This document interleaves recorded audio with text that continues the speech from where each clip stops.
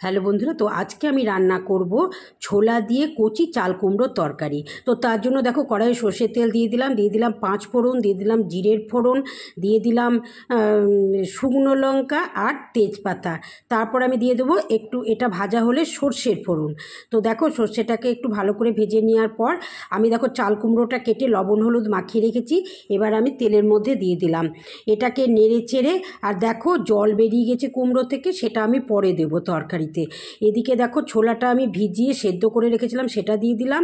এবার আমি ঢাকাটা খুলে একটু নেড়ে চেড়ে কুমড়ো থেকে যে জলটা বেরিয়েছিল সেটা আমি এর মধ্যে দিয়ে দিলাম তরকারির মধ্যে।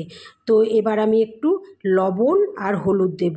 আমি আগে লবণ হলুদ দিয়ে রেখেছি, তাই আমি অল্প দিলাম। আর এদিকে দিলাম স্বাদের জন্য চিনি। ঢাকা দিয়ে দিলাম, ঢাকা খুলে এই দেখো একটু ময়দা দিয়ে দেবো এটাকে মাখা মাখা করার জন্য। তো দেখো, কোনো বাটনা দিইনি, বাটনা ছাড়া আজকে আমি ছোলা দিয়ে চাল কুমড়োর তরকারি বানিয়েছি, কচি চাল কুমড়োর তরকারি। তো তোমরা এইভাবে বানিয়ে খাবে, ভালো লাগলে আমাকে অবশ্যই কমেন্ট করে জানাবে। আর দেখো কি সুন্দর হয়েছে তরকারিটা। তো এই গরমে মশলা ছাড়া তরকারি সত্যিই খুব ভালো লাগে খেতে। আর তোমরা এইভাবে বানিয়ে খাবে, আর কারা কারা খেয়েছো এটা আমাকে অবশ্যই কমেন্ট করে জানাবে।